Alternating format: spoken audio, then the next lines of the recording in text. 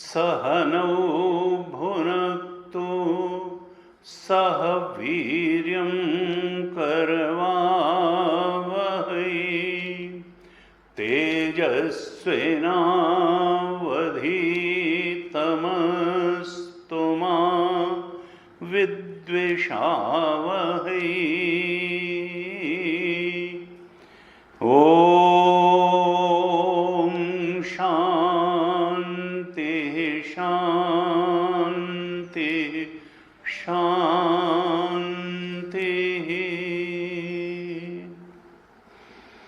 सदाशिवसमारम्भां शङ्कराचार्यमध्यमाम् अस्मदाचार्यपर्यन्तां वन्दे गुरुपरम्पराम्। अज्ञानतिमिरान्धस्य ज्ञानाञ्जनशलाकया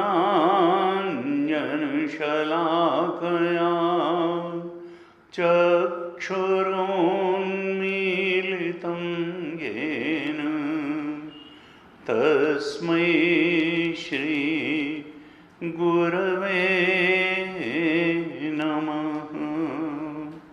रिकॉर्डिंग वाला दबाओ। तस्मै श्री गुरवे नमः।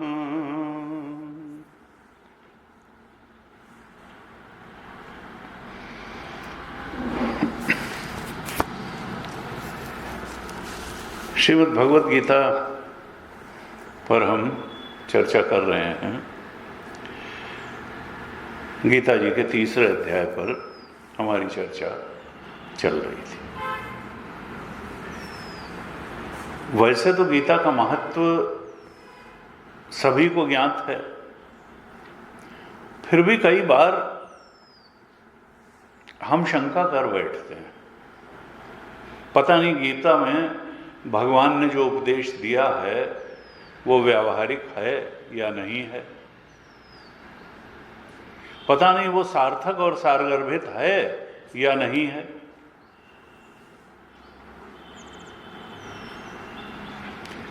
भगवान की वाणी पर क्षुद्र मनुष्य प्रश्न चिन्ह लगाने की कहा जाए तो हिमाकत करता है। भगवान की वाणी गलत नहीं हो सकती, हमारी दृष्टि गलत हो सकती है, हमारा परसेप्शन गलत हो सकता है, हमारी एनालिसिस गलत हो सकती है। गीता तो ठीक ही रहेगी। हम अगर अपना कल्याण चाहते हैं, हम अगर जीवन में उन्नति चाहते हैं, हम अगर दुख से शोक से छुटकारा पाना चाहते हैं, तो फिर गीता का मार्ग तो हमको अपनाना ही पड़ेगा। क्योंकि हम अपनी समझ से बड़ा ऊंचा और सुख का मार्ग समझते हैं, उसको जन्म जन्मांतर से जाने कितने बार अपनाया है और हर बार दुख पाके वापस लौट आए। और हमारी तो बिसात क्या है, हमारा अधिकारित्व तो क्या है। अर्जुन हमसे बहुत ज्यादा समर्थ था, सबल था, योग्य था, और उसके जीवन से भी शोक की निवृत्ति हुई नहीं। दुख में पड़ गया, मोह में पड़ गया, शोक में पड़ गया, और शोक मोह और दुख के पार कब जा पाया? जब भगवान के द्वारा दिए गए गीता ज्ञान को वो आत्मसात कर पाया। अब कई बार लोग शंका उठाते हैं कि नहीं साहब, अब साहब हम कहाँ, इतनी ऊंची बात है, हम कहाँ समझ पाएंगे। अगर आप नहीं समझ पाएंगे तो इसका मतलब ये नहीं कि भगवान नीची बात करना शुरू कर देंगे। गीता सर्वोच्च ग्रंथ है मानवता का, सबसे ऊंची बात बताता है और सबसे ऊंचे अधिकारियों के लिए बताता है। हम अगर हैं करेंगे कि हम ऊंचे अधिकारी नहीं हैं, तो उससे भगवान कोई ऐसा रास्ता नहीं निकाल देंगे कि कह दें कि तुम जो कर रहे हो वही ठीक है और लाओ अच्छा ऐसे ही। ना ना, नान्या पंथा विद्यते या ना, और कोई रास्ता है नहीं।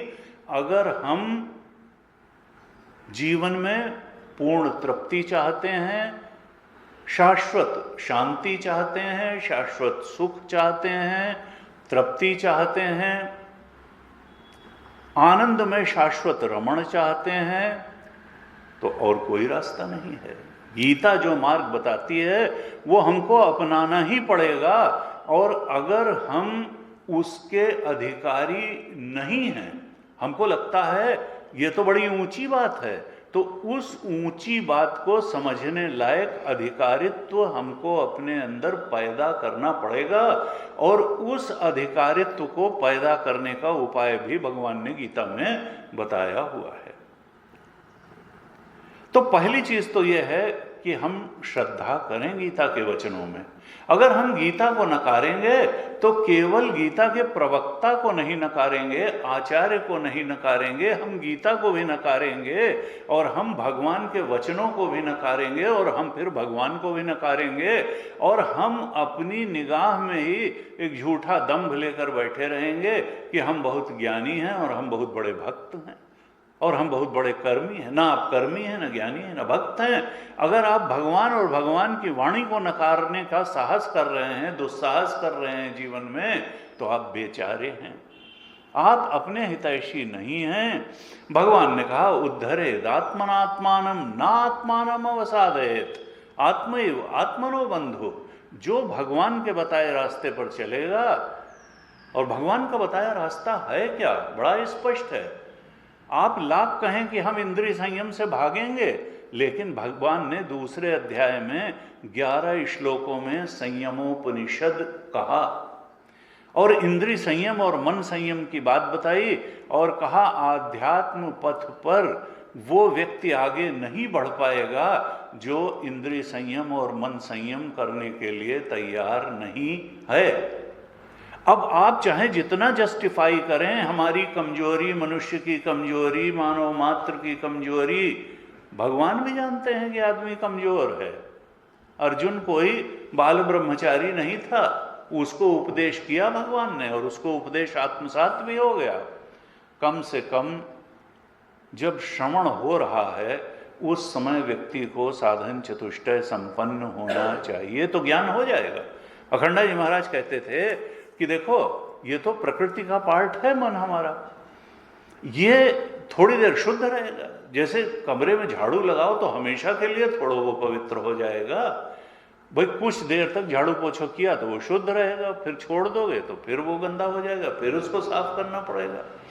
तो अब अगर हमको इस गीता के ज्ञान को आत्मसात करने के लिए बुद्धि और मन की पवित्रता चाहिए, तो कितनी देर की भाई पवित्रता चाहिए? महीना, 2 महीना, साल, 2 साल, 10 साल, 3 जन्म? कहा नहीं। जिस समय श्रवण हो रहा है उस समय बिल्कुल मन और बुद्धि शुद्ध, पवित्र, संयमित और एकाग्र होनी चाहिए। अगर ऐसा हुआ तो ज्ञान हो जाएगा। भूतकाल में वर्षों वर्षों की पवित्रता की कोई आवश्यकता नहीं है। श्रवण काल में अगर मन और बुद्धि और अंतःकरण साधन चतुष्टय संपन्न है तो फिर ज्ञान ग्रहण भी हो जाएगा, आत्मसात भी हो जाएगा, बोध हो जाएगा। लेकिन न नरेण अवरेण प्रोक्तः, कठोपनिषद में कहा जो स्वयं ही ज्ञानी नहीं है उसके बताने से नहीं होगा। जो बोध प्राप्त कर चुका है, जो चल चल के वहां तक पहुंच चुका है, उस अनुभूति तक, उस आत्मानुभूति तक, जिसने साधना करके और उस बोध को उसके बताने से हो जाएगा। लेकिन अधिकारित्व तो चाहिए। कम से कम श्रवण के समय हमारा चित्त साधन चतुष्टय संपन्न होना चाहिए, विवेक भी जागृत होना चाहिए। उस समय सारा जंजाल संसार का, सारी प्रायोरिटीज छोड़ करके ब्रह्मबोध, आत्मबोध ही हमारी प्रायोरिटी है, इस वैराग्य के साथ श्रवण होना चाहिए। उस समय इंद्रिय संयम, मन संयम, संसार से उपरति पूर्ण श्रद्धा, तितिक्षा और समाधान के साथ श्रवण होना चाहिए। मोक्ष की प्रबल इच्छा होनी चाहिए। ये कम से कम बैकग्राउंड में होना चाहिए कि संसार बहुत रमण का स्थान नहीं है, छूटने का स्थान है। ये शरीर भी बहुत रमण का स्थान नहीं है, ये शरीर भी दुख का कारण है और संसार भी दुख का कारण है। देहासक्ति भी दुख का कारण है और संसारासक्ति भी दुख का कारण है। हम इंद्रिय मन संयम और मन संयम में अपने को कमजोर क्यों पाते हैं? उसके पीछे एक भ्रांत धारणा है, गलत धारणा है कि संसार में बहुत सुख मिल जाएगा और ये देह हमको बहुत सुख देने में समर्थ है। इसीलिए तो हमने अपने लिए वासना पूर्ति के लिए ही तो जीव ने देह की रचना की। और जब तक ये भ्रांति निवृत्त नहीं होगी, अज्ञान का नाश नहीं होगा, तब तक अनेक देहों की रचना वासना पूर्ति के लिए ये जीव करता रहेगा। तो अब गीता जी का संदेश क्या है कि देखो, अधिकारी बनो। जो ज्ञान भगवान गीता जी में दे रहे हैं, आत्मा का ज्ञान, संसार का ज्ञान नहीं दे रहे हैं। संसार का ज्ञान क्या होता है? सविशेष ज्ञान होता है। इनको बिल्डिंग बनाने का ज्ञान है, इनको रोग को पहचाने और उसका इलाज करने का ज्ञान है, इनको बड़ी बड़ी फैक्ट्रीज को मैनेज करने का ज्ञान है। दुनिया के ज्ञानों में अनेकता है और विशेषता है। विशेष विशेष चीज का ज्ञान लोगों को होता है और हर चीज का ज्ञान किसी को नहीं होता है। तो दुनिया का ज्ञान, बुद्धि से प्राप्त किया जाने वाला ज्ञान, वृत्ति से प्राप्त किया जाने वाला ज्ञान विशेषों का ज्ञान होता है।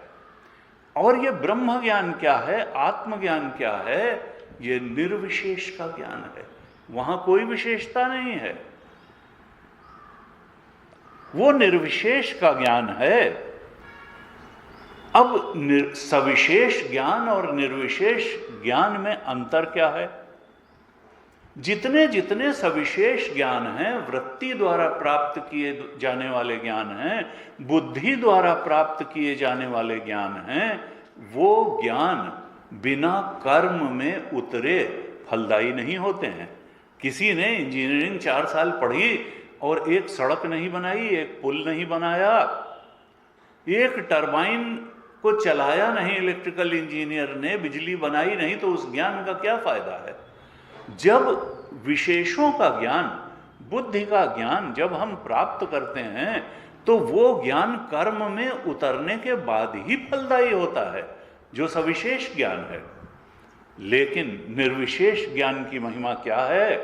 आत्मज्ञान, ब्रह्म ज्ञान की महिमा क्या है? स्वरूप ज्ञान की महिमा क्या है? कि वहां कर्ता ही खत्म हो जाता है, तो कर्म कहां से होगा? वो उसको फिर उस ज्ञान के बाद फलदायी होने के लिए किसी कर्म की आवश्यकता नहीं होती है।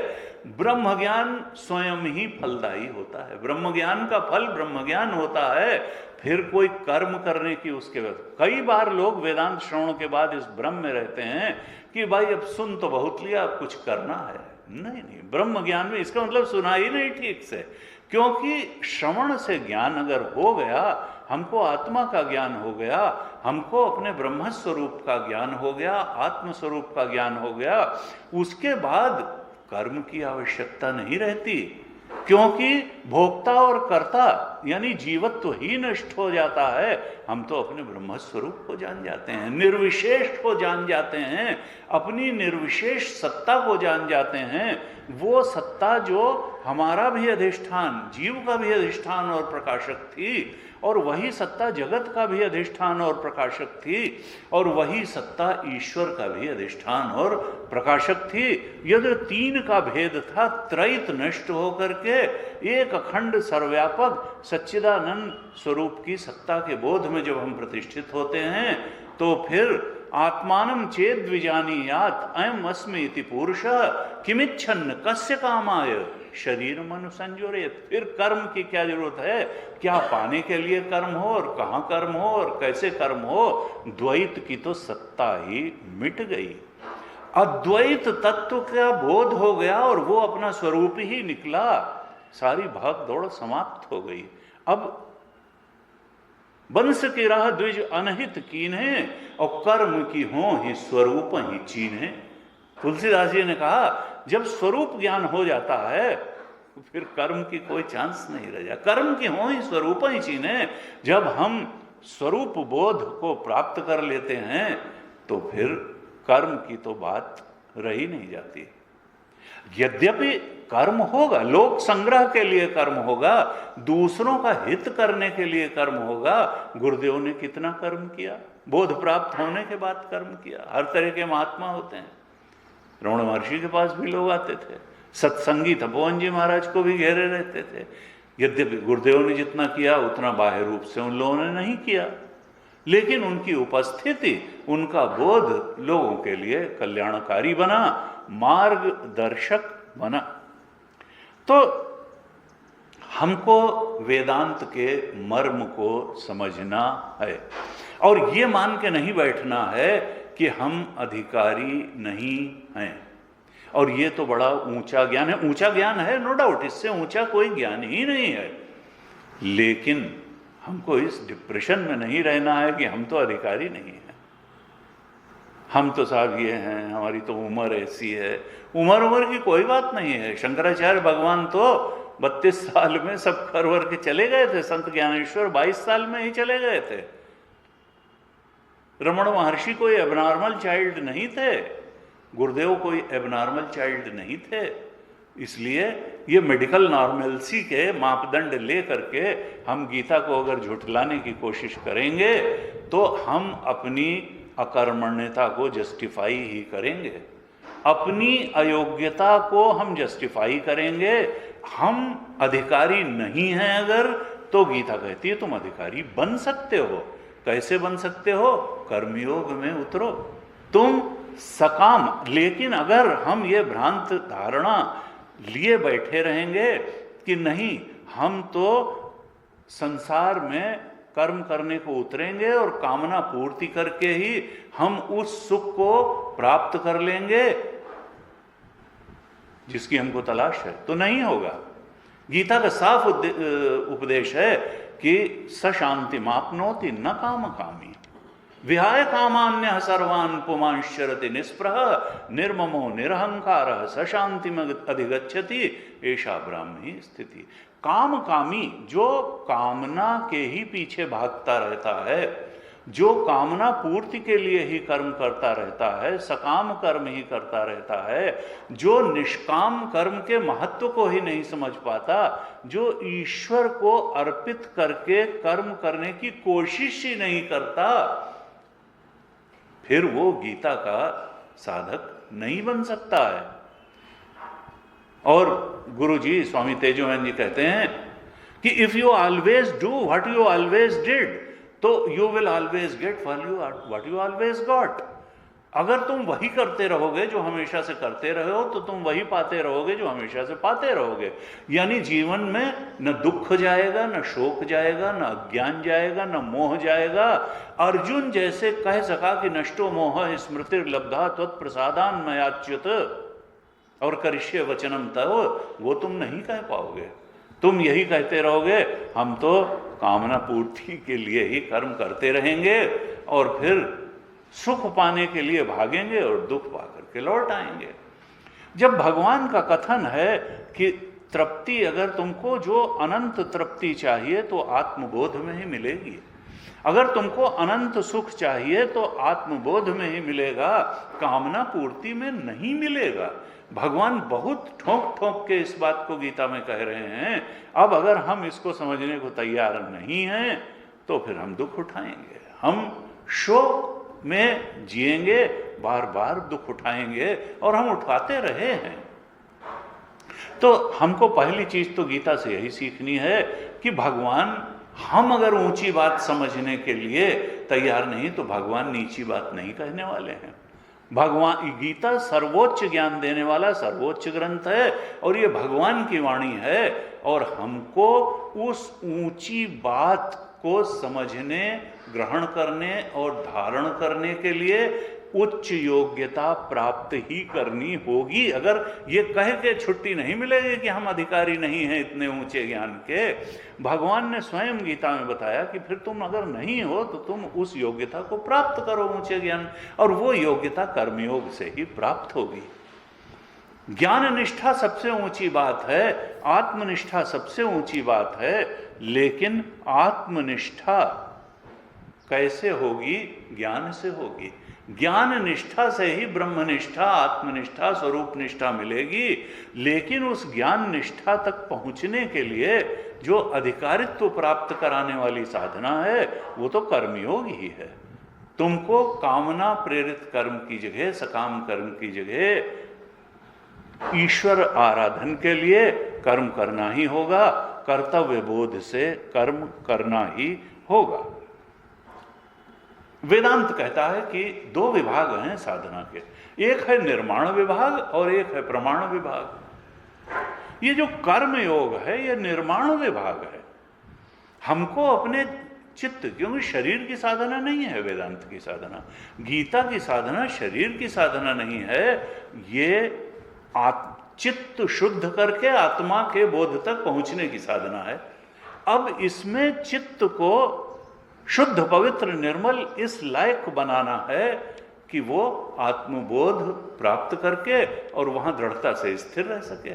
जो अभी हम मानते हैं कि मनुष्यों हम, ब्राह्मणों हम, शूद्रों हम, स्त्रियों हम, पुरुषों हम, इसकी बजाय सच्चिदानंद स्वरूपों हम, इस बोध में, क्योंकि दृष्टि का ही केवल अंतर है थोड़ा सा, और वो हम हैं।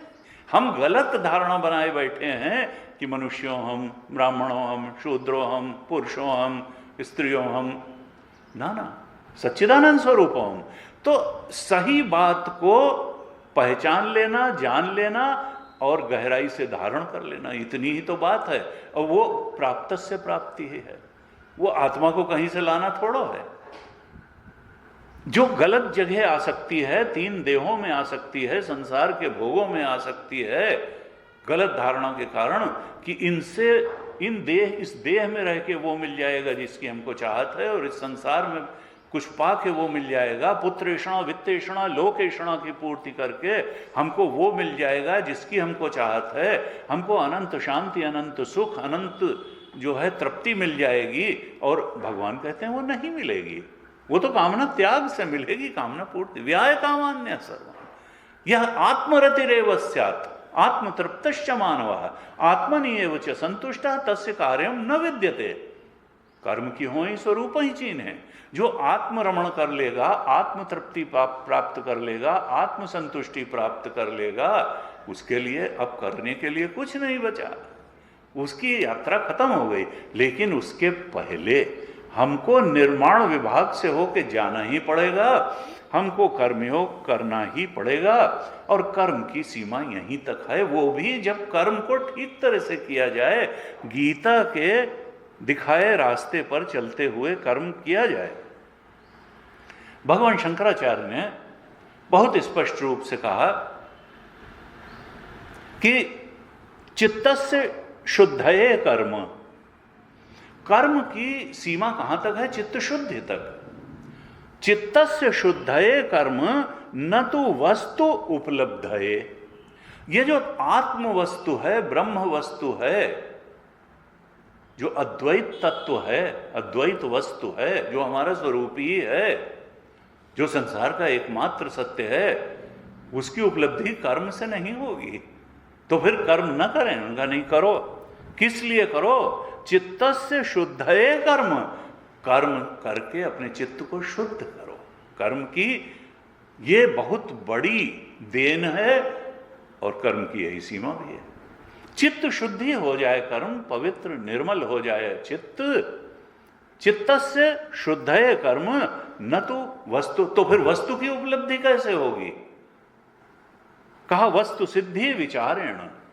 वस्तु सिद्धि के लिए विचार करना पड़ेगा, प्रमाण विचार करना पड़ेगा, गुरूप सत्ती करके और वेदांत वाक्यों का, गीता के उपदेश का विचार करना पड़ेगा, बार बार विचार करना पड़ेगा, विचार की रगड़ देनी पड़ेगी। क्योंकि अभी हम एक विचार के रूप में, एक गलत निर्णय के रूप में, एक गलत निश्चय के रूप में इस बात को मान के बैठे हैं कि हम ये तीन देह हैं और संसार सत्य है, और ये तीन देह जो है सुखद है, महत्वपूर्ण है और सत्य है, और संसार भी सुखद है, महत्वपूर्ण है और सत्य है। विचार की रगड़ से ये बात समझनी है कि न ये तीन देह सुखद है, महत्वपूर्ण है और सत्य है, और न संसार सुखद है, महत्वपूर्ण और सत्य है। ये जो हमारा चेतन जो मैं करके स्फुरित हो रहा है, यही सुखद है, यही महत्वपूर्ण है और यही सत्य है और यही एकमात्र सत्य है।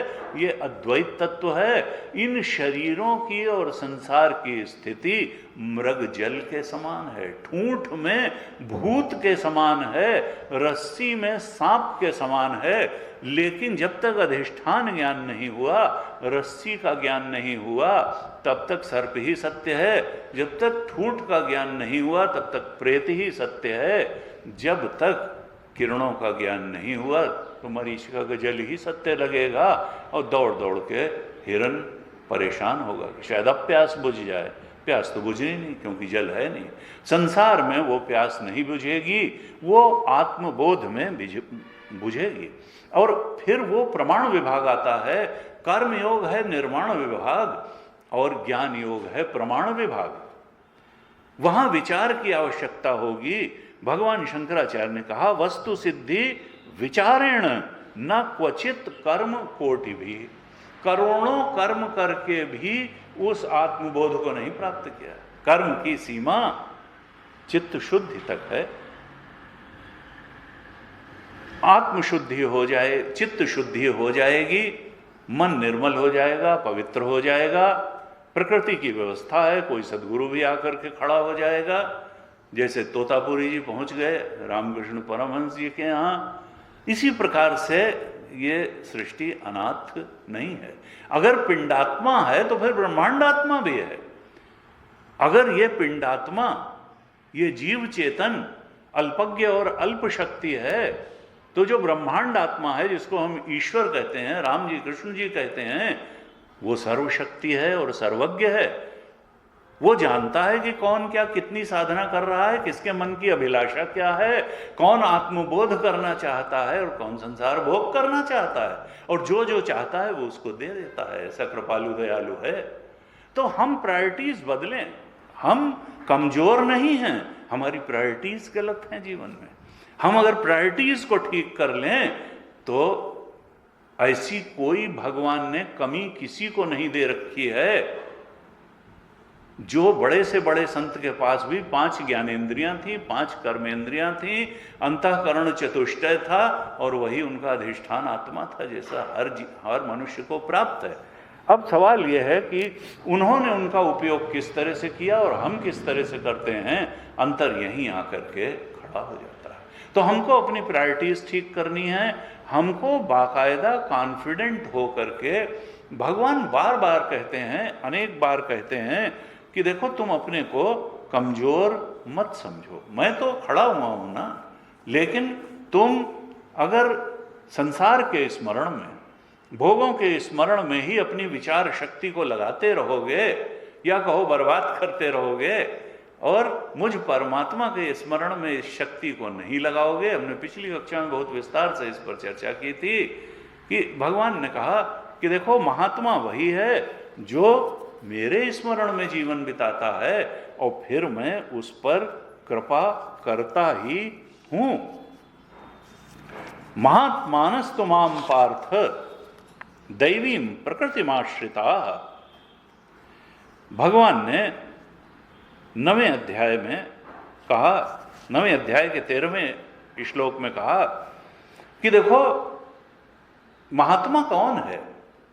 महात्मा जो दैवी प्रकृति के आश्रित हो, जो मैंने दैवी सद्गुण बताए हैं 16वें अध्याय में, वो काम क्रोध लोभ के आश्रित होकर के जीवन जीने से बचता है, धीरे धीरे बचता है, चलो एकदम से न बच पावे। गुरुजी कहते थे ठीक है तुम सारी कामनाओं का आज ही त्याग नहीं कर सकते, कल ही तो कुछ बढ़ो तो उधर थोड़ी कामनाओं का तो त्याग करो। जो जब थोड़ी का त्याग करोगे तो ज्यादा का भी त्याग करने की सामर्थ्य एक दिन आ जाएगी।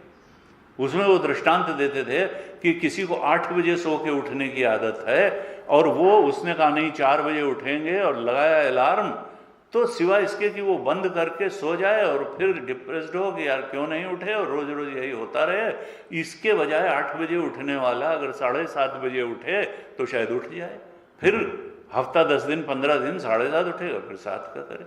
तो ऐसे ही शनै साधना में भी धीरे धीरे, ये नहीं है कि सारी कामनाएं कल ही हम त्याग देंगे और बिल्कुल काम क्रोध लोभ मोह मद मत्सर से ऊपर उठ जाएंगे। नहीं नहीं, इस प्रकृति में धीरे धीरे रे मना धीरे सब कुछ होए, माली सींचे सौघड़ा ऋतु आए फल होए। शनै रूपर में बुद्धिया धृति ग्रहीतया आत्मसंस्थम मनः कृत्वा न किंचिदपि चिंतयेत। 6ठे अध्याय में ध्यान का यही भगवान ने तरीका बताया कि धीरे धीरे मन से, 6ठे अध्याय के 25वें श्लोक में यह कहा भगवान ने कि शनै धीरे धीरे मन को संसार से हटाओ और भगवान के वचनों में लगाओ। आदत तो पड़ी है संसार चिंतन की, लेकिन धीरे धीरे भगवत चिंतन में लगाओ। शनै ऊपर में बुद्धिया, तो ये बुद्धि अभ्यास जब पड़ जाता है तो वही काम धीरे से स्वतः करना शुरू कर देती है, उसी में अच्छा लगने लगता है। और चीज अगर बड़ी हो, अच्छी हो, अनुकूल हो, शांति देने वाली हो, तब तो निश्चित रूप से अंदर से मन करेगा। एक बार जिसकी सत्संग में जिसको रस आ गया उसको और कहीं रस फिर लगता नहीं है। हाँ, शुरू में जरूर जो है यत्तदग्रे विषमेव परिणामे अमृतोपमम तत्सुखम सात्विकम प्रोक्तम आत्मबुद्धि प्रसादजम। सात्विक सुख शुरू में विष की तरह लगता है लेकिन परिणाम में अमृत की तरह होता है, और इसके उल्टे राजसिक सुख शुरू में अमृत लगता है और परिणाम में विष। इंद्रिय विषयेंद्रिय संयोगात यत्तदग्रे अमृतोपमम परिणामे विषमेव तत्सुखम राजसम, वो राजसिक सुख है। तो शनै रूपन भगवान ने कहा 6ठे अध्याय के 25 और 26 श्लोक, ये ध्यान की दृष्टि से बहुत महत्वपूर्ण है। कई बार हम लोग बड़ा भ्रम में रहते हैं ध्यान के संबंध में कि नहीं वो ऐसे बैठेंगे, आंख करेंगे, बंद करेंगे और बस सब ज्ञान हो जाएगा। गुरु जी स्वामी तेजोहन जी कहते हैं देखो, अज्ञात वस्तु को न तो ध्यान करके जाना जा सकता है और न अज्ञात वस्तु का ध्यान किया जा सकता है। इसीलिए वेदांत कहता है पहले श्रवण करो, फिर मनन करो, तब निधिध्यासन करो। आत्मा का ध्यान करना है। जब तक आत्मा के लक्षण ही नहीं जाने तो आंख बंद करके बैठोगे तो किसी अनात्म वस्तु को ही तुम आत्मा मान के उसका ध्यान शुरू कर दोगे। और पैसे लेने वाले कहेंगे भी डिवाइन लाइट का ध्यान करो। देखो भाई, असल में जो निराकार है, जो निर्गुण है, जो गुणातीत है, आत्मा तो गुणातीत है, और जो गुणातीत है वो निराकार है। आत्मा तो निर्गुण निराकार गुणातीत है। हाँ, वो शरीर में भी आ जाता है। हमारे यहाँ सगुण साकार की भी बात कही गई, सगुण निराकार की भी बात कही गई और निर्गुण निराकार की भी। लेकिन अंतिम सत्य बोध क्या है, ब्रह्म तत्व क्या है, वो तो निर्गुण निराकार है, गुणातीत है। अब दयानंद जी महाराज कहते थे कि देखो अब भगवान जो है ये क्रिश्चियंस को और दूसरे मतावलंबियों को बहुत जोर से डांटने ही वाला है कि ये तुम क्या मेरा मखौल बना करके बैठे हुए हो। उन्होंने कहा देखो अंग्रेजों, तुम जो है ये समझते हो कि ईश्वर क्या है, ईश्वर को निराकार मानते हो ना, और फिर कहते हो वो स्वर्ग में बैठता है। अरे जो निराकार होगा वो किसी स्पेस में केंद्रित कैसे हो जाए, वो स्वर्ग में कैसे बैठ जाएगा। निराकार तो सर्वव्यापी ही होगा जिसका कोई आकार ही नहीं है। ये कैसी एब्सर्ड फिलॉसफी है। दयानंद जी महाराज बहुत गुस्सा करते थे, कहते थे निराकार जो है वो स्वर्ग में कैसे बैठेगा, उसको तुम स्वर्ग में भी बैठाते हो फिर निराकार भी कहते हो। निराकार तो ब्रह्म तत्व ही होगा, वो तो कण कण में व्याप्त होगा, वो सर्वाधिष्ठान होगा और सर्व का प्रकाशक होगा, वो हमारा आत्मा भी होगा। अगर हमारा आत्मा छोड़ के वो ब्रह्म होगा तो फिर उसमें कमी हो जाएगी कि हमारा द्वैत हो जाएगा, हमारा आत्मा अलग और ब्रह्म अलग। इसलिए हमारा चेतन तो वो हो गई। और फिर कहते थे तुम ये भी कहते हो कि वो फादर है। अरे निराकार किसी का पिता कैसे हो सकता है। तो कहते थे ये एब्सर्ड। निराकार न तो स्वर्ग में बैठ सकता है न किसी का पिता हो सकता है। तो कहते थे अब भगवान जल्दी ही गुस्सा करेंगे कि जाओ तुम हिंदुओं से जा करके ईश्वर का ठीक ठीक कॉन्सेप्ट तो पहले समझ आओ और उसके बाद में उसकी आराधना करो और उसको पाने का प्रयास करो, उसको अपनी आत्मा के रूप में पाने का प्रयास करो और तभी जीवन की समस्या का समाधान होगा, और किसी तरह से नहीं होगा। तो हमारे शास्त्र कहते हैं, और भगवान शंकराचार्य तो शिरोमणि हैं अध्यात्म ज्ञान के, उन्होंने बड़े ही स्पष्ट रूप में कहा, और उन्होंने जो कुछ कहा वो कोई उनकी बात नहीं है, वो गीता का ही निचोड़ है, उपनिषदों का ही निचोड़ है, और अनेक अनेक ऋषियों के बोध का ही बखान उन्होंने किया। और कहा देखो बहुत स्पष्ट रूप से समझ लो कि एक है निर्माण विभाग और एक है प्रमाण विभाग। निर्माण विभाग है कर्मयोग और भक्ति योग, उससे निर्मित हो जाएगा चित्त। और फिर प्रमाण विभाग यानी विचार करना ही पड़ेगा शास्त्र के वचनों के और गुरुमुख के, गुरु वेदांत वाक्यादिषु विश्वास श्रद्धा, और श्रद्धावान लभते ज्ञानम तत्पर संयतेन्द्रिया ज्ञानम लब्ध्वा पराम शांतिम अचिरेणादि। भगवान ने कहा 7वें अध्याय में कि ज्ञान से ही शांति मिलेगी और कोई तरीका नहीं है।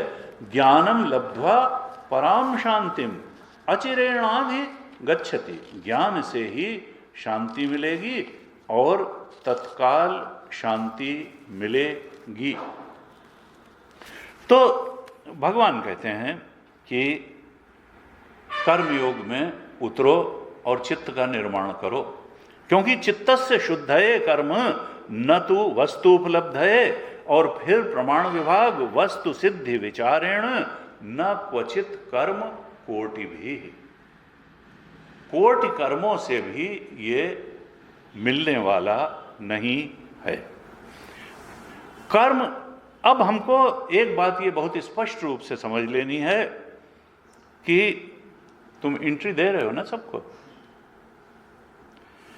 कर्म न तो आत्मज्ञान का साधन है और न आत्मज्ञान का फल है,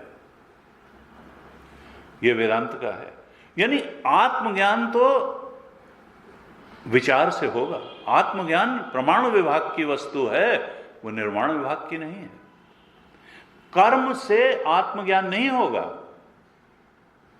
कर्म से चित्त शुद्धि होगी, प्रमाण विचार से ही आत्मज्ञान होगा, ज्ञान निष्ठा से आत्मज्ञान होगा।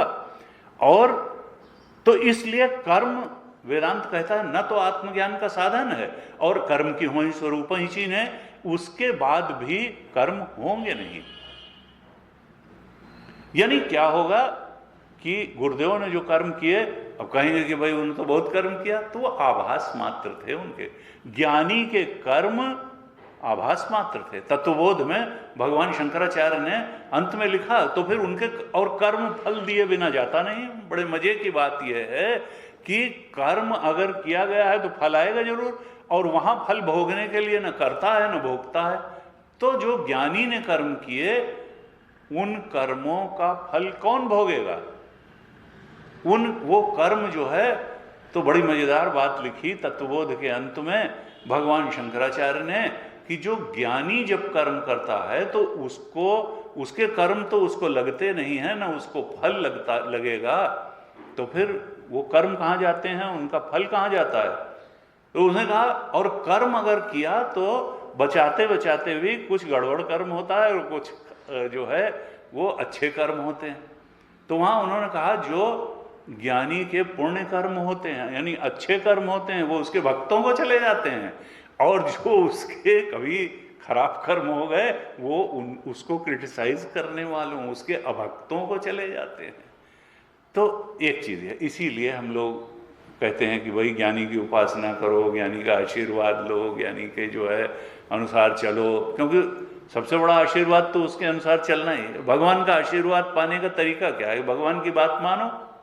अज्ञा सम न सुसाहिब सेवा, गुरु जी कहते थे नहीं नहीं भाई, हम आपका बहुत इज्जत करते हैं, हम चरण छूते हैं, हम दान दक्षिणा भी देते हैं, लेकिन गुरु जी बात एको नहीं मानेंगे आपकी। तो फिर ये क्या बात हुई? ये कोई भक्त हुआ कि कहा बात एको नहीं मानेंगे और हैं हम बहुत बड़े भक्त आपके? कहा नहीं नहीं, अज्ञा समन, जो आज्ञा का पालन करता है वही भगवान का सबसे बड़ा भक्त है और वही अपने गुरु का भी भक्त है। तो इस तरह से कहा कि जो सविशेष ज्ञान है वो कर्म का मोहताज होता है। संसार का ज्ञान बिना कर्म में उतरे वो फलदायी नहीं होता है, लेकिन जो निर्विशेष ज्ञान है, आत्मा का ज्ञान है, अद्वैत तत्व ब्रह्म का ज्ञान है, उसके बाद फलदायी होने के लिए किसी कर्म की आवश्यकता नहीं है। वो सीधे बोध प्राप्त करा देता है सच्चिदानंद स्वरूप का, और वहीं से वो सीधे फलदायी होता है। तो अब हमको करना क्या है? व्यावहारिक बात कहाँ आती है कि हमको अपने विचारों को सद्विचार बनाना है, गीता के अनुसार विचार बनाना है, अपनी मान्यताओं को सदमान्यताएं बनाना है। गीता के अनुसार हमको अपना वैल्यू सिस्टम बनाना है, मान्यताएं बनानी हैं, और अपनी दृष्टि को भी गीता के अनुसार बनाना है, अपने बारे में भी और संसार के बारे में भी और भगवान के बारे में भी। गीता भगवान कृष्ण जो बता रहे हैं, या भाष्य में भगवान शंकराचार्य जो बता रहे हैं, या अपनी कमेंट्री में गुरुदेव ने जो बताया है, उस हिसाब से हमको अपनी जीवन दृष्टि बनानी है। इन शरीरों के बारे में भी तीनों, कि ये it is just a tool, ये तीनों शरीर उपकरण है, उपाधि है जो हमको मिली है। किस लिए मिली है? आत्मबोध प्राप्त करने के लिए और कर्मयोग करने के लिए, ज्ञान निष्ठा के लिए, परम सत्य तक पहुंचने के लिए। साधन नाम मोक्ष कर द्वारा, ये साधना करने के लिए तीन शरीर मिले हैं, संसार भोग की साधना करने के लिए नहीं, आत्मबोध की साधना करने के लिए। ऐसे जो है अगर हम इसको करके जाएं तब तो जीवन सार्थकता से मानो हमने जिया। तो विचारों को सद्विचार बनाएं, मान्यताओं को सदमान्यताएं बनाएं, अपनी दृष्टि को सद दृष्टि बनाएं, गीता के अनुसार दृष्टि बनाएं। बस तभी तो जीवन की सार्थकता बनेगी।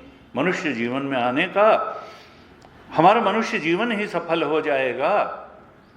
और इसके लिए सबसे बड़ा साधन जो बार बार संतों ने बताया वो है सत्संग। एक सत्संग की साधना सारी बाधाओं को हटा देती है, वो कर्मयोग भी करा देती है, भक्ति योग भी करा देती है, और ज्ञान योग में भी परिनिष्ठित कर देती है। सत्संगत्वे निसंगत्वे निर्मोहत्वम, निर्मोहत्वे निश्चल तत्वम, निश्चल तत्वे जीवन मुक्ति। यह सत्संग की ही साधना जीवन मुक्ति तक पहुंचा देती है। अलग अलग हमको इसलिए कहते हैं कि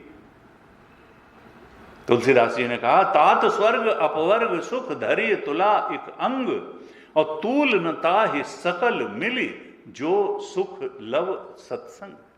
सत्संग के सुख के समान न स्वर्ग का सुख है, न अपवर्ग का सुख है, कोई सुख नहीं है। क्यों? क्योंकि ये तो आत्म सुख, आत्मबोध को प्राप्त करा देता है। अनंत ज्ञान और अनंत सुख और अनंत सत्य, सच्चिदानंद की प्राप्ति करा देता है सत्संग। और नहीं तो अगर हम सकाम कर्म से संसार के छोटे छोटे सुखों को ही पाने के लिए लगे रहेंगे तो वो जो परम सुख है वो उससे हम वंचित रह जाएंगे। तो जब भगवान ने हमको सामर्थ्य दी है, नहीं दी है तो हम सामर्थ्य को बढ़ा सकते हैं और उस आत्मा के बोध तक पहुंच सकते हैं, तो फिर व्हाई नॉट द बेस्ट?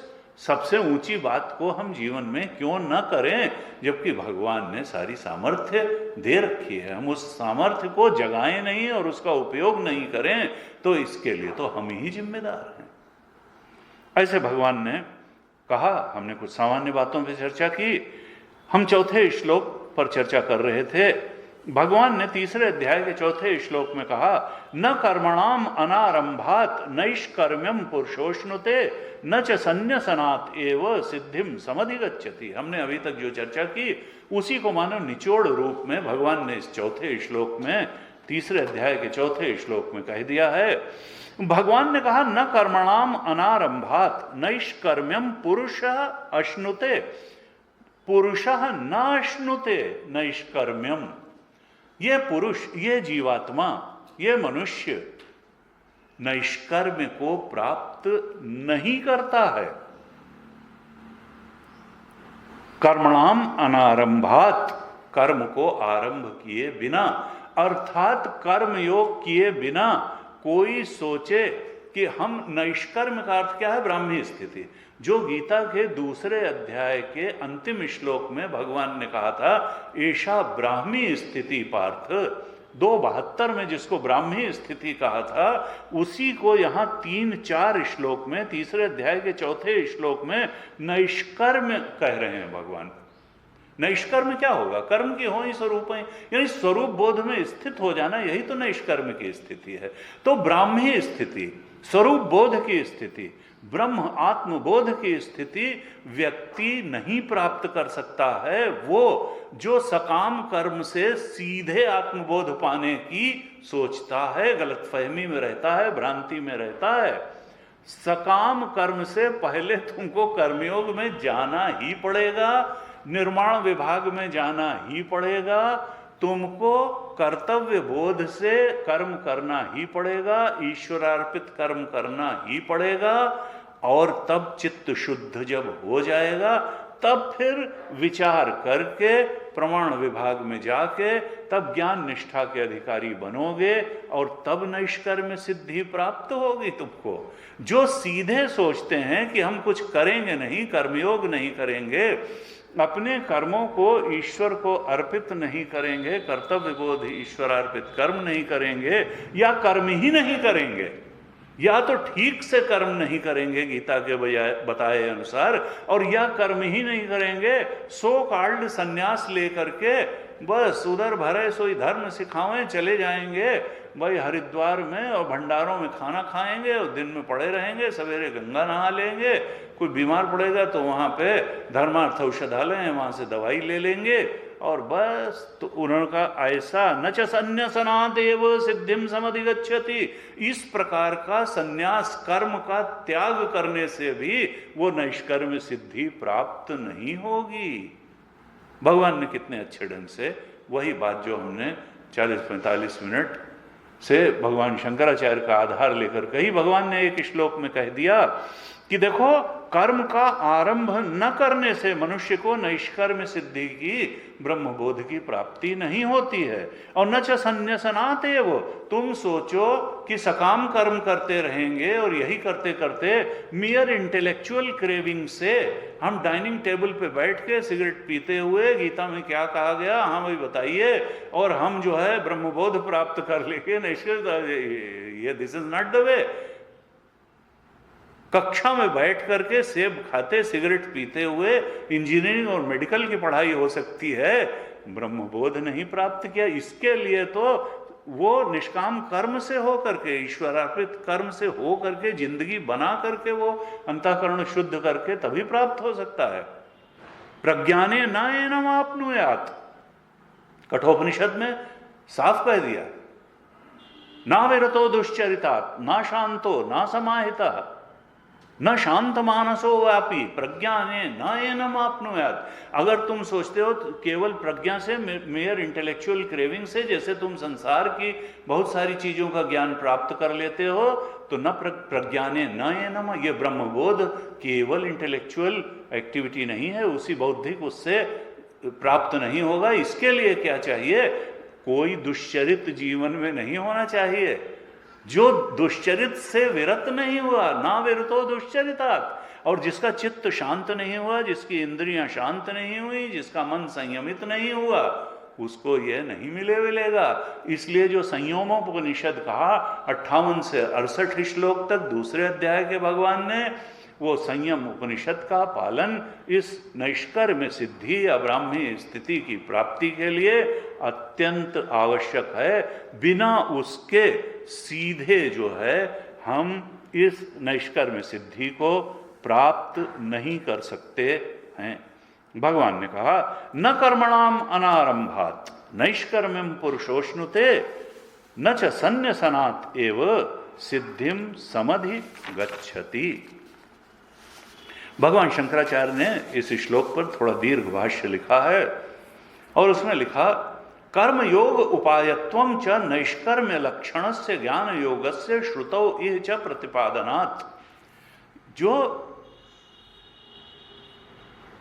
निष्कर्मता रूप ज्ञान योग है उसका उपाय है कर्मयोग, और ये बात श्रुति में भी कही गई है और यहां गीता में भी इसी बात का प्रतिपादन किया गया है।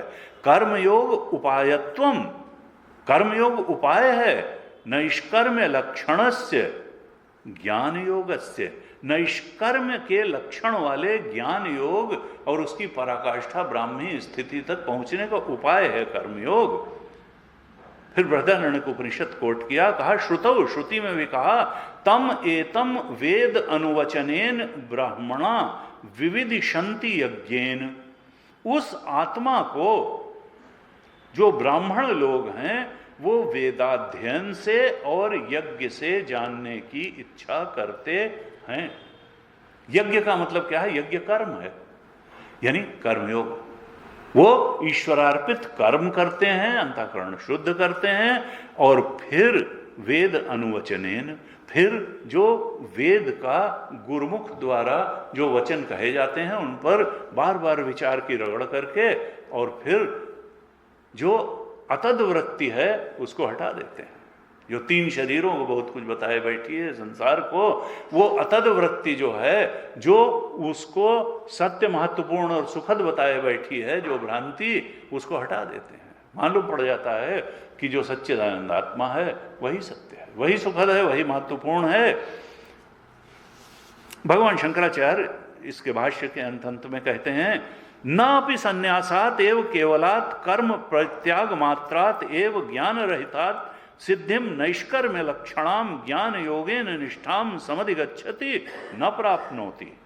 कहते हैं देखो, केवल संन्यास से, अर्थात हमने कर्म छोड़ दिया, संन्यास ले, हम कुछ नहीं करेंगे भाई, अब जो जाने वो और लोग जाने। आश्रम या तो चले गए तो जो हेड है महंत जी वो जाने कि हमारा खाना कैसे मिलना है, कपड़ा कैसे मिलना है, हम कुछ नहीं करेंगे भाई। तो कर्म परित्याग मात्र से, यहां जो दूसरी पंक्ति में कहा है न च संन्यासनात् एव, वहां संन्यास का अर्थ क्या है कि कर्म का परित्याग कर दिया और क्या किया, कोई ज्ञान प्राप्त करने का सक्रिय प्रयास नहीं है। पहले कर्मयोग नहीं किया और फिर केवल कर्म का परित्याग करके बैठ गए, तो कहा, भगवान शंकराचार्य कहते हैं कर्म परित्याग मात्रात और ज्ञान रहितात, ज्ञान से तो रहित रहे और कर्म छोड़ दिया, तो फिर ये जो नैष्कर्म्य लक्षणा ज्ञान योगेन निष्ठा है न प्राप्त होती, उसको प्राप्त नहीं कर पाएगा। ज्ञान योग की निष्ठा को प्राप्त करने के लिए कर्मयोग आवश्यक है। ये नहीं कि कर्म या तो किया नहीं ठीक तरीके से, आरंभ नहीं किया या छोड़ दिया तो सिद्धिम न समझ, नैष्कर्म सिद्धि नहीं मिलेगी। ऐसे भगवान ने चौथे श्लोक में कहा। अब कहते हैं कि देखो, क्या तुम्हारे लिए कर्म छोड़ना संभव भी है, या तुम नाटक कर रहे हो कर्म छोड़ने का? पांचवें श्लोक में भगवान ने कहा कि देखो, ज्ञानी ही कर्म छोड़ सकता है। असल में कर्म नहीं छोड़ना है, कर्म की आसक्ति छोड़नी है। और कर्म किया क्यों जाता है? कामना पूर्ति के लिए। बिना कामना को छोड़े कर्म नहीं छूटेगा। वहां चले भी जाएंगे तो सोचेंगे कि अच्छा वहां चलें, वहां आज भंडारा बढ़िया है भाई, दक्षिणा भी अच्छी मिलेगी और भाई व्यंजन भी बहुत अच्छे अच्छे बने होंगे, तो कर्म कहां छोड़ा? कर्म छोड़ सकते हो?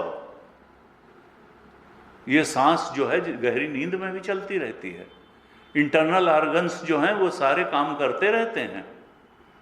दर्द होगा तो उसके निवारण को उपाय भी करोगे। ये खामखा का नाटक है कि हमने कर्म छोड़ दिया। नहीं कश्चित क्षणमपि, पांचवें श्लोक में भगवान कहते हैं, नहीं कश्चित क्षणमपि जातु तिष्ठति अकर्मकृत। ये कदाचित, कश्चित क्षण, चाहे राजा हो, चाहे प्रजा हो, चाहे मूर्ख हो, चाहे शिक्षित हो, कोई भी क्षण भर भी कर्म किए बिना नहीं रह सकता है। सांस तो चली ही रही है। कोई वहां से निकल जाएगा। कान के ऊपर जो है कोई ढक्कन नहीं दिया है भगवान ने, आंख पे तो ढक्कन दे दिया, चलो रसना पे भी दे दिया, कान पे नहीं दिया। कान सबसे महत्वपूर्ण है। आकाश पहला तत्व था जिससे श्रवणेंद्रिय बनी है, इसीलिए शब्द सबसे बड़ा प्रमाण है और सबसे ज्यादा असरकारक होता है। देख के ज्ञान नहीं हुआ आज तक किसी को, सुन के ही हुआ है। तो कान श्रवणेंद्रिय जो है सबसे महत्वपूर्ण है और शब्द प्रमाण सबसे बड़ा प्रमाण है। वैदिक शब्द, गीता के शब्द ही प्रमाण हैं। नहीं तो भगवान तो कितने बार भगवान को अर्जुन ने देखा था, तो ज्ञान थोड़ा हो गया भगवान को देखने से। जब भगवान ने गीता शब्दों के रूप में बोली तब जा करके ज्ञान हुआ। नष्टो मोह स्मृति लब्धा। तो शब्द सबसे बड़ी बात है। तो कहा कि नहीं कश्चित क्षणमपि जातु तिष्ठति अकर्मकृत, चाहे कोई भी हो वो क्षण भर भी बिना कर्म किए नहीं रह सकता है। कहा क्यों? भगवान कहते हैं कार्यते ही अवश्य कर्म सर्व प्रकृति जय गुण ही। ये जीव, ये मनुष्य परवश हो करके, अवश हो करके, मजबूर हो करके, किससे मजबूर किया हो करके कर्म करता है? प्रकृति के गुणों से। प्रकृति के गुण क्या है? सतरजतम। कभी सतोगुण अंदर से जोर मारेगा तो हमको लगेगा पूजा कर लें, जप कर लें, सत्संग में चले चलें। कभी रजोगुण जो तो आओ चाट खाएं, आओ वहां घूमिया में। कभी तमोगुण जोर मारेगा, अब कुछ नहीं करेंगे भाई, थोड़ा सो जाओ भाई, थकान है। तो ये तीनों गुणों के वशीभूत हो करके ये तीनों गुण अवश्य कर देते हैं इस जीव चेतन को, और इनके द्वारा परवश हुआ प्रकृति से उत्पन्न, प्रकृति जयी गुण ही, प्रकृति से उत्पन्न गुणों द्वारा परवश हुआ, अवश हुआ। ये प्रकृति के गुण सतरजतम ढकेल करके, मजबूर करके जीव को कर्मों में लगा ही देते हैं, अवश्य हो करके। तो ये कहने से नहीं चलेगा कि हमने छोड़ दिया। नहीं कश्चित क्षणमपि जातु तिष्ठति अकर्मकृत। कोई भी व्यक्ति, राजा हो, प्रजा हो, मूर्ख हो, शिक्षित हो, अपना हो, पराया हो, बिना कर्म किए एक क्षण भी रह ही नहीं सकता है। क्योंकि सब, भगवान भाष्यकार लिखते हैं कि सारे प्राणी इन्हीं के द्वारा, ये हमारे तीनों शरीरों की रचना भी माया त्रिगुणात्मिका है, सतरजतम। ये त्रिगुण से ही हमारे तीनों शरीर बने हैं, त्रिगुण से ही संसार बना है, सब माया है, माया है। कहा प्रकृति से उत्पन्न जो सतरजतम हैं उनके द्वारा अवश्य हुआ, ये जीव चेतन जीवात्मा कर्मों में प्रवृत्त कर ही दिया जाता है। भगवान शंकराचार्य लिखते हैं अज्ञ इति वाक्य शेष, इसमें अज्ञानी जोड़ देना चाहिए। कौन? मनुष्य प्रकृति द्वारा अवश हुए, कर्म किए बिना एक क्षण नहीं रहते, अज्ञानी मनुष्य। कहते हैं अज्ञ जोड़ देना चाहिए इसमें। कौन? राजा प्रजा। यानी अब देखिए, अब लोग बुरा मान जाते हैं कई बार कि हमको अज्ञानी कहा, लेकिन अब गीता कह रही शास्त्र अज्ञानी का मतलब क्या है? जिसने वासना पूर्ति के लिए ये शरीर धारण किया है, जो वासना और इच्छा और कामना की पूर्ति के लिए जीवन जी रहा है, उसी को गीता अज्ञानी कहती है, उसी को वेदांत अज्ञानी। और जब तक हम ये करते रहेंगे तब तक हम अज्ञानी बन के ही जी रहे हैं। कम से कम इतने बार संत कहते हैं, गीता कहती हैं गीता जी, और वेद कहता है, तो कुछ चेतते तो हैं हम कि भाई। और अज्ञान कभी आज तक किसी के सुख का कारण नहीं हुआ, अज्ञान हमेशा दुख का ही कारण होता है। और तब बार बार अगर लगेगा भाई हम अज्ञानी, तो लगेगा कि ज्ञानी हो जाएं, क्योंकि अज्ञान किसी को पसंद भी अज्ञानी कहना नहीं होता है, क्योंकि आत्मा ज्ञान स्वरूप है। किसी को मरना पसंद नहीं है क्योंकि आत्मा सत्स्वरूप है, किसी को अज्ञानी होना पसंद नहीं है क्योंकि आत्मा ज्ञान स्वरूप है, और किसी को दुखी होना पसंद नहीं है क्योंकि आत्मा आनंद स्वरूप है। ये सब दौड़ आत्मबोध की है। भगवान शंकराचार्य ने लिखा कि यहां पर जो कोई भी सर्वः, जो कहा सर्वः प्राणी, इसमें सर्वः अज्ञानी प्राणी जोड़ लें, सर्वः अज्ञ, जो भी। क्यों?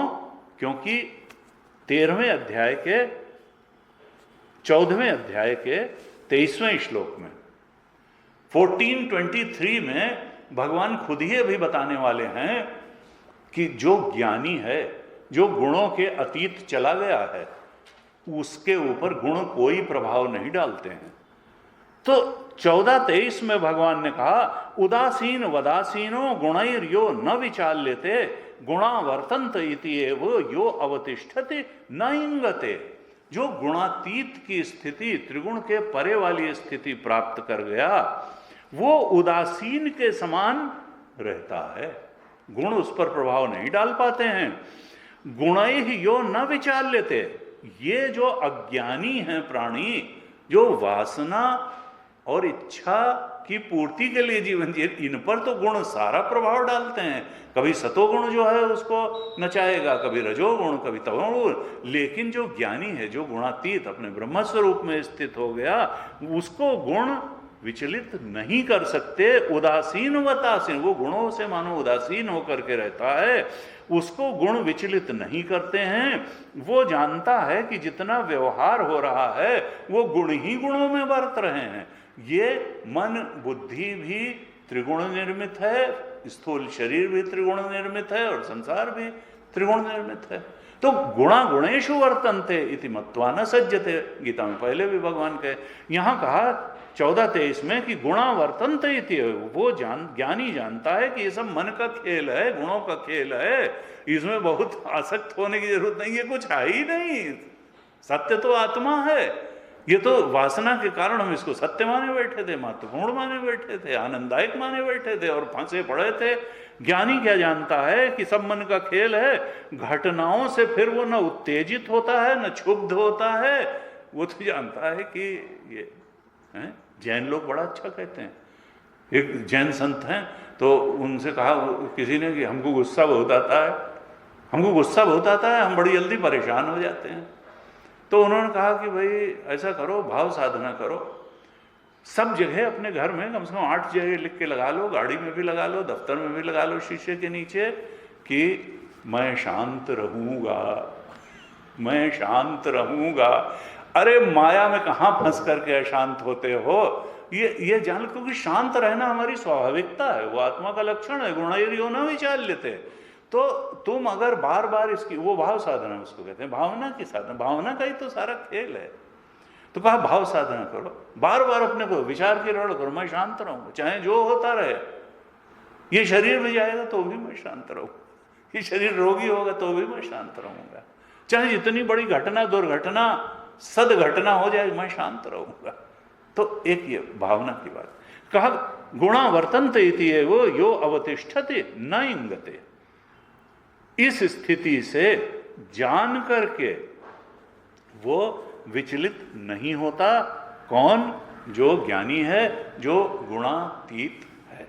इस प्रकार से ये भगवान ने चौथे और पांचवें श्लोक में कहा, आह्वान किया कि देखो कर्मयोग भी करना है और ज्ञान योग भी करना है, और तब नैष्कर्म की स्थिति हमको प्राप्त होगी, ब्राह्मी स्थिति, सत्यबोध की स्थिति प्राप्त होगी। भगवान कृपा करें हम सब लोग जल्दी से जल्दी उस ओर बढ़ें। आज यहीं तक रखते हैं। ओम पूर्णमदः पूर्णमिदं पूर्णात् पूर्णमुदच्यते पूर्णस्य पूर्णमादाय पूर्णमेवावशिष्यते। ओम शांति शांति शांति। हरि ओम। श्री गुरुभ्यो नमः। हरि ओम।